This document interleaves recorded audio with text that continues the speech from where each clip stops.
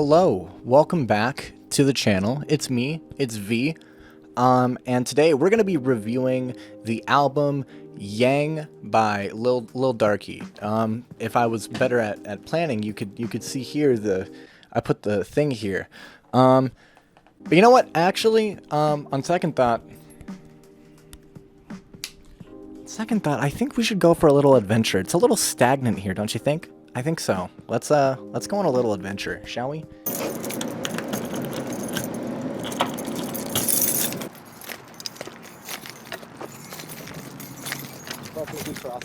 Add longboard to it. I'm scared of holding the camera and shit. All right, we got the longboard going.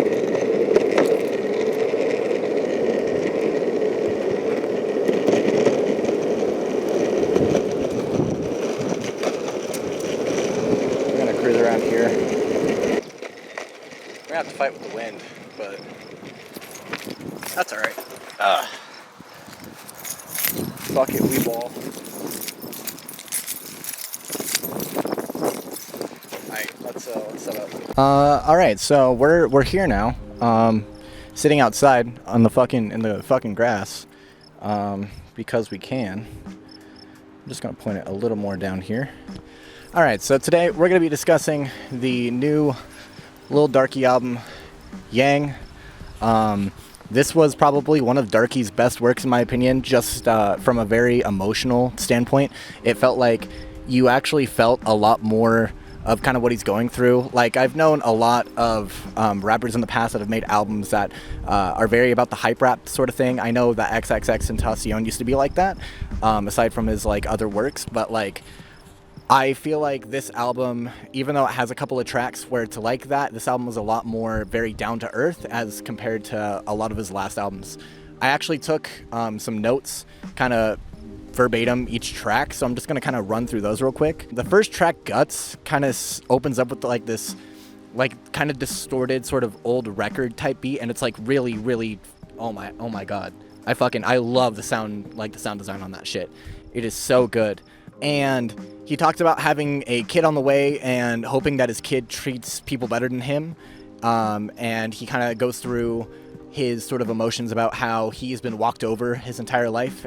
And he mentions this a few different times throughout the album. Aside from his kid, he mentions being walked on and essentially having to deal with his haters and the people around him telling him that he wouldn't amount to shit. But then he fucking amounted to shit. So, shit. This was, that first track is so fucking good. I really like the sort of sound direction that Darkie took on this album. It's very different from, I would say most of his work in the past like couple of years has been very different just all around. I feel like he figured out how to experiment within his sound by going outside of his sound in a way. Like, he, aside from experimenting with different writing styles, he experimented with I don't know if it's just the producers that he's working with, but he's fucked with a bunch of different production styles. And on this album, I feel like he comes off a lot more like sort of sing-song like, especially with the different funk songs that are on the album. Two really fucking just like amazing songs that I have to talk about are Liar. Liar is crazy, because in the very beginning of the track, he alludes to a song that he wrote on the last track of Yin. If you listen to Yin, that shit came out in 2020. And I would say that album's main premise, if you guys want me to make a video on that, I can, but that album's main premise is probably fun. I noticed that a lot of the sound production on Yin was a lot just, again, fucking around with the beats, but it was a lot more hype.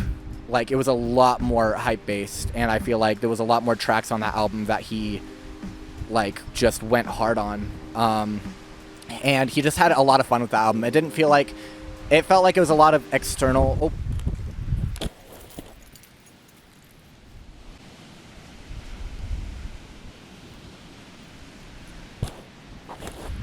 The wind today is fucking impeccable. Like, I don't know why I chose the windiest day to come out on and film this shit, but I did. And so my tripod's having a hard time standing up. But I feel like Yin was a lot more focused around fun and that sort of thing, whereas this album was a lot more focused on his emotions and sort of his internal struggles of what he's going through. He talks about his love life and has a storytelling sort of aspect, kind of like that of Atmosphere in the song Liar. Oh man, that track starts out really, really like very sing-song like and turns into this almost like Deftones type track, and it just kind of takes you by surprise with the like transition there, especially since the only times we've ever heard him in that sort of sound has been like Banana Pie. So I would say just 10 out of 10, one of the best tracks on the fucking album, hands down, was Liar. Then you kind of go into a more bedroom pop feel with Heaven and Hope. Heaven sort of talks about being able to see heaven within presumably his grandfather's eyes. He talks about his grandfather a lot during this album, and he talks about him as his best friend, but he's talking about being able to see heaven in his best friend's eyes, and considering his grandfather's passing, I'm assuming he's referring to his grandfather in the song. Really just kind of a nice feel-good song.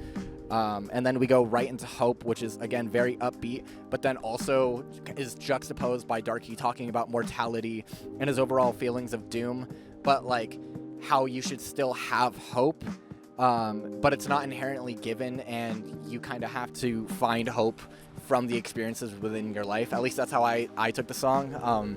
It's a really, really, really good song. I feel like, again, a lot of what Darkie does during this album is like push sort of this like positive message about how creativity and how art is like the expression of self, and how he's gone through a lot of these different traumatic experiences and how it's just built his overall character.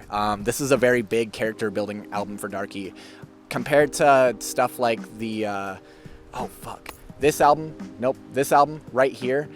This album was also really good. It's a good concept album, but I feel like this one that just released, Yang, I feel like this is a lot more of a sort of appealing to the audience and kind of showing off the innermost, darkest parts of Darkie himself. Then we kind of go into Wake Up and A Song You Cannot Record, which these are sort of like lo-fi type songs, but he approaches lo-fi quite differently in this album than I would say a lot of people have approached lo-fi in the past. It has a very he's able to portray a bunch of different emotions, from melancholy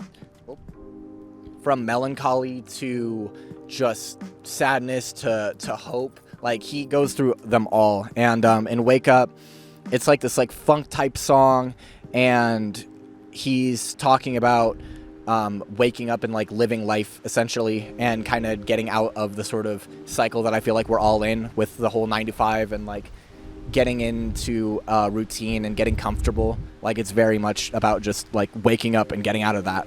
And then he finishes that song off with wisdom about how you should let go of hate, especially if it's holding you back. I feel like that's a really fucking crazy positive message for this album. Then in A Song You Cannot Record, he has a very like jazzy soul influence, and the lyrics are very abstract and talk about losing control and the value of art, and like the value more so about how I feel like he's talking about how art is soulless nowadays, and how my bad, sorry, I'm having quite the issue looking into this. I think he's more so talking about in the song about how art should be valued within yourself, and how you should value your own art that you create, and that it should be appealed to an audience, which I think is a big message overall for self-expression. You should never be catering to an audience. You should always be trying to create what is true to you and what is in your heart.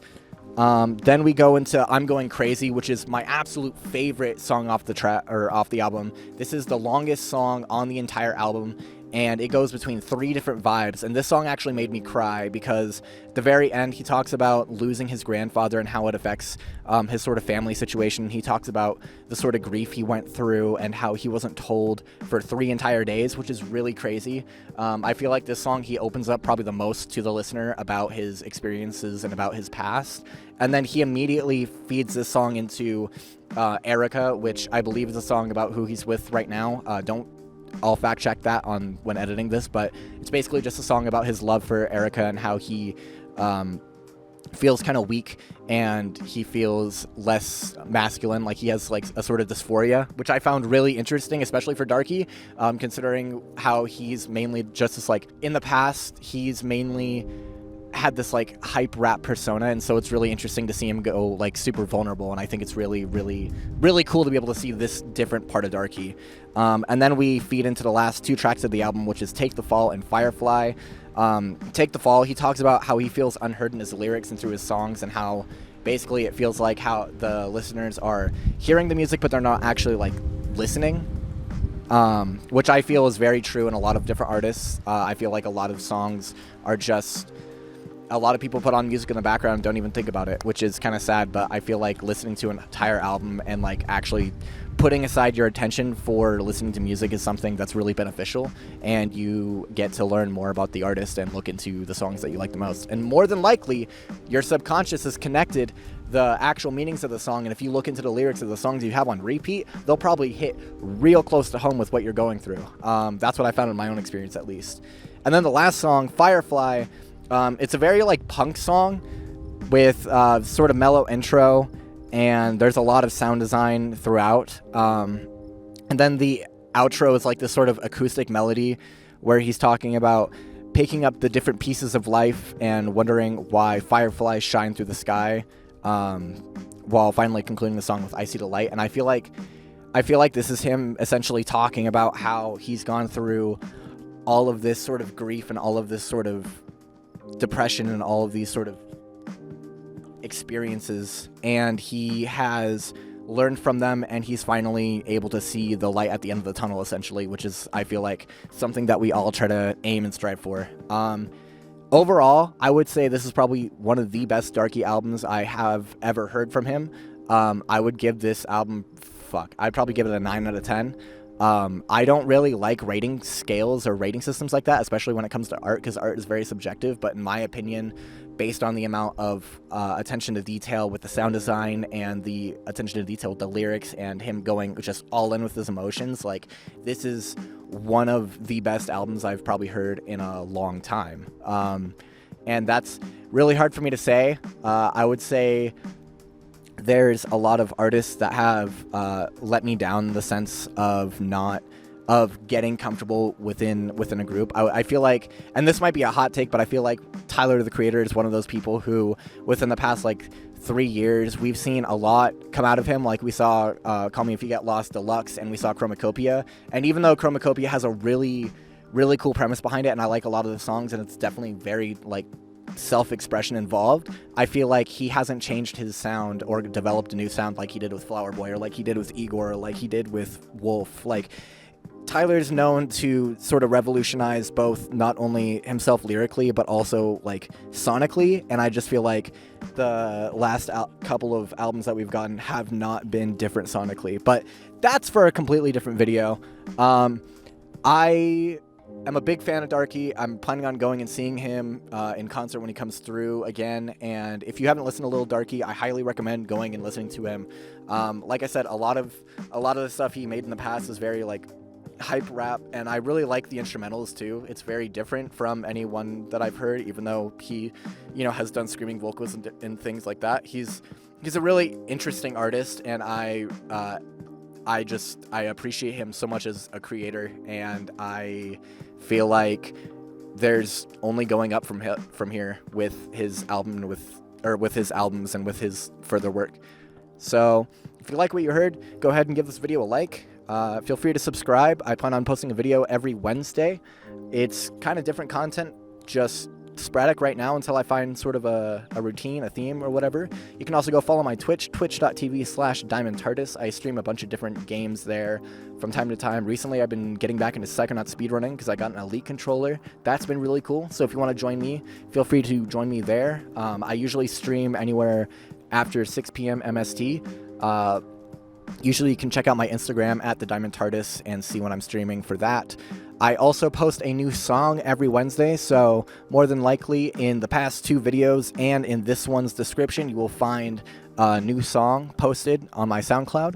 That's V Vertigo. You can go and check that out.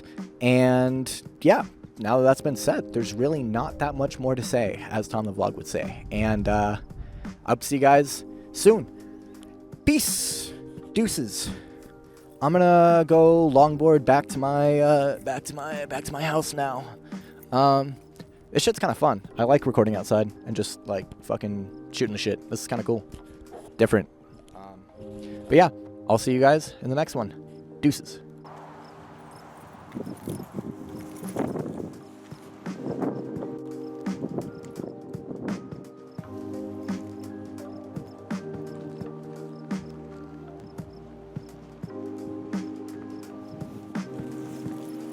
Yeah. I'll see you guys.